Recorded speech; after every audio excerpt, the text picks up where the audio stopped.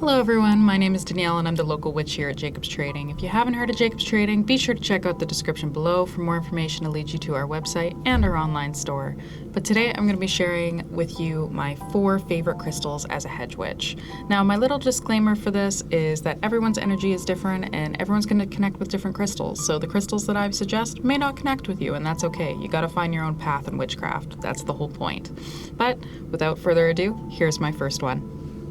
Firstly, we're going to be talking about moss agate. Moss agate is a favorite of mine as a hedge witch due to its high connection with earth energy. It's truly like holding a small forest in your hands. As a type of agate, it works to bring new beginnings and new energies.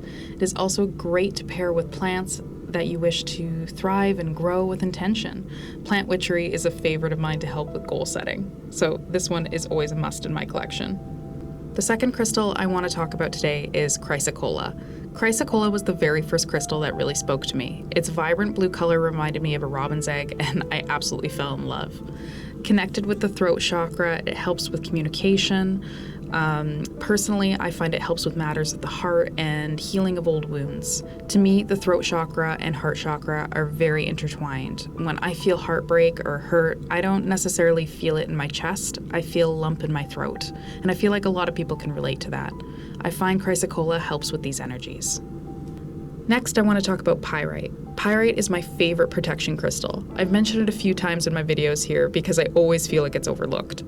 Pyrite is a fantastic stone for intuitives that wish to protect their own energy from others. I always make sure to have a piece on me when I'm doing readings, whether it's the stone itself or a piece of jewelry. It makes sure my aura stays protected and my energy remains my own after the reading is done. And lastly, I want to talk about pearls. Pearls are another one that I always feel gets forgotten. They're considered simplistic looking, and I always thought they had such a classic beauty.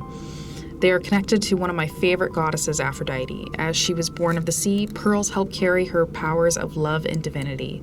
They are also known to empower faith, trust, and wisdom. They're a frequent ingredient in any glamour magic I perform.